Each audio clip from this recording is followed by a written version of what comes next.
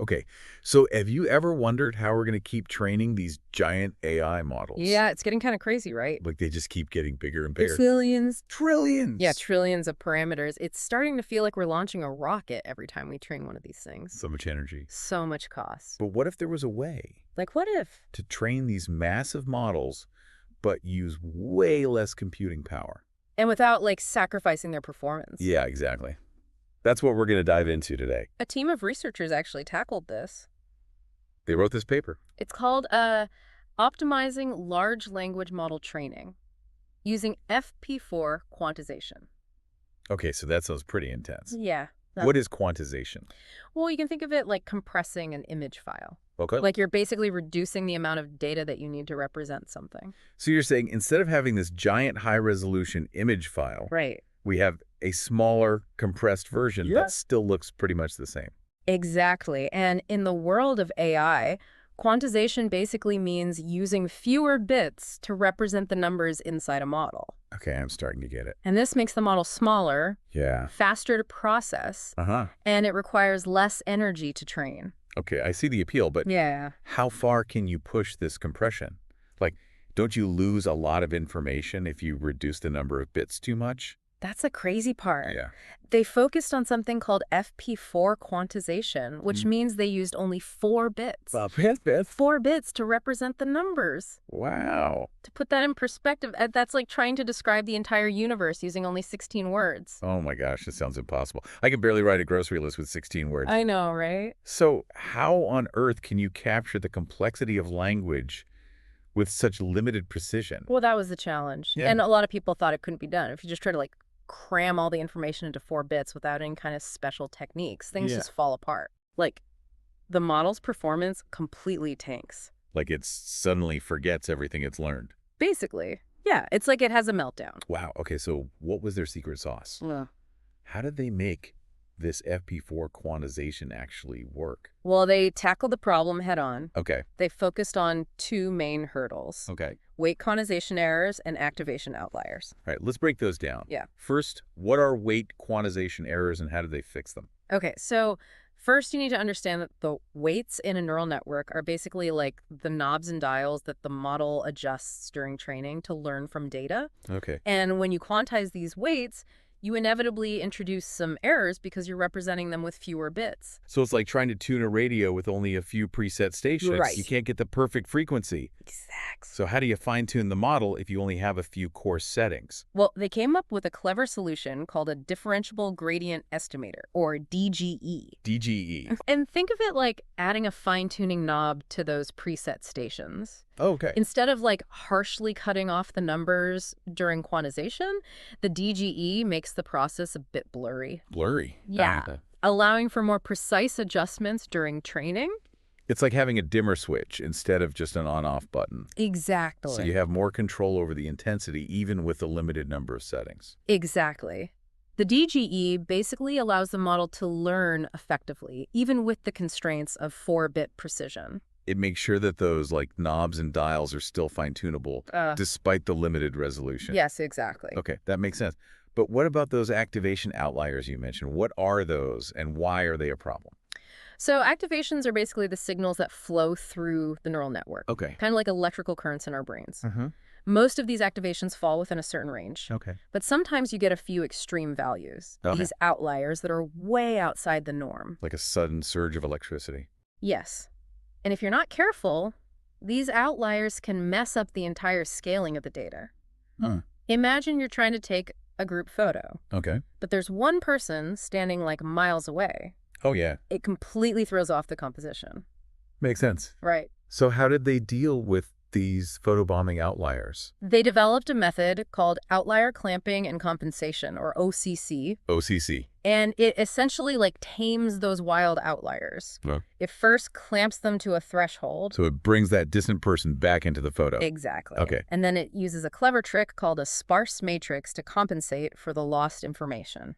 Sparse matrix. Can you explain that a bit more? Think of it like a giant spreadsheet where most of the cells are empty. Okay. You only store the information that's really important, like the location of that outlier that we brought back into the photo. Right. It's a way to keep track of those extreme values efficiently without using a ton of storage space. So it's like a highlighter. That marks the important bits so you don't get lost in the sea of data. Exactly. So OCC basically ensures that those outlier activations don't distort the overall picture, even when we're working with the limited precision of 4 bits. I'm seeing how they're like building this system to make FP4 quantization work. Yeah. They're tackling the weight errors with DGE, Right. taming those wild outliers with OCC. Uh-huh. But the real question is, does all this clever engineering actually translate into real-world results? And that's the exciting part. Their experiments showed that despite using only 4-bit precision, their FP4 models performed remarkably well. Really? Yeah, and that's what we'll dive into next. Okay, let's do it. Get ready for some surprising results. Picking up where we left off these researchers, they really wanted to make sure that their FP4 method was like rock solid. Like they didn't want it to just be some fluke. Exactly. They put it through the ringer. Right. They did these things called ablation study. Ablation studies. Okay. You know how sometimes you're trying to figure out, like, what is the secret ingredient in your grandma's cookie recipe that makes them so chewy? Yeah. Yeah. So you, like, try making the cookies without each ingredient one at a time. Right. Like a process of elimination. Exactly. Pinpoint the key element. That's the idea behind ablation studies. Okay. So they wanted to isolate the effects of each component of their FP4 method. Okay. The DGE for weights and the OCC for activations. Okay. To see how much each of those things was contributing to the overall performance. Okay. So they basically started by like taking out one ingredient at a time. Yeah.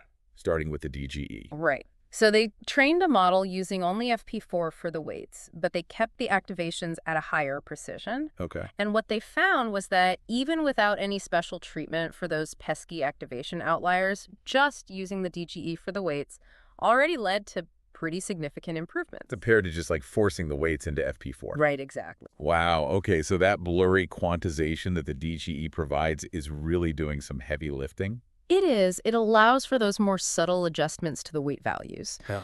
And it prevents those like catastrophic errors that would normally happen with such extreme compression. It's like having a high-quality lens that can still capture a sharp image, even in like low-light conditions. Yeah, that's a great analogy. Okay, so they took out the DGE. Uh-huh.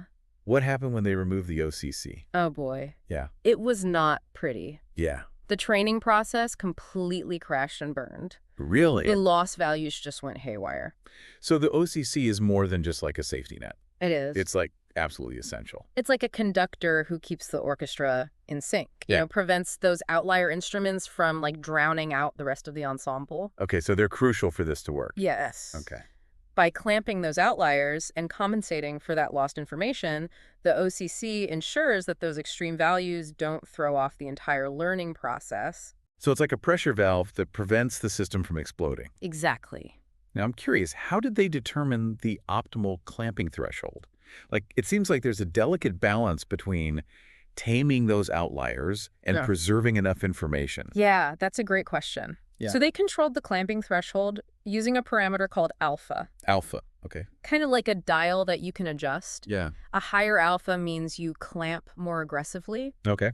but it also means you need to store more information in that sparse compensation matrix. Right, so it increases the computational cost. Exactly. It's a trade-off. So it's like choosing the right size box to like pack your belongings when you're moving. Yes. A smaller box might be more efficient, Yeah. but you might have to leave some things behind. Right. And a larger box can fit everything, but it might be more expensive to ship. Exactly. And so their experiments helped them to find that sweet spot for this alpha value. And they experimented with different values, and they found that while a higher alpha generally leads to better accuracy, alpha equals 0.99 seemed to strike the best balance between effectiveness and efficiency. The Goldilocks zone. Yes. Yeah. Not too much clamping, not too little. Just right. Okay, so we've got the DGE for the weights, Yep. the OCC for those unpredictable activations.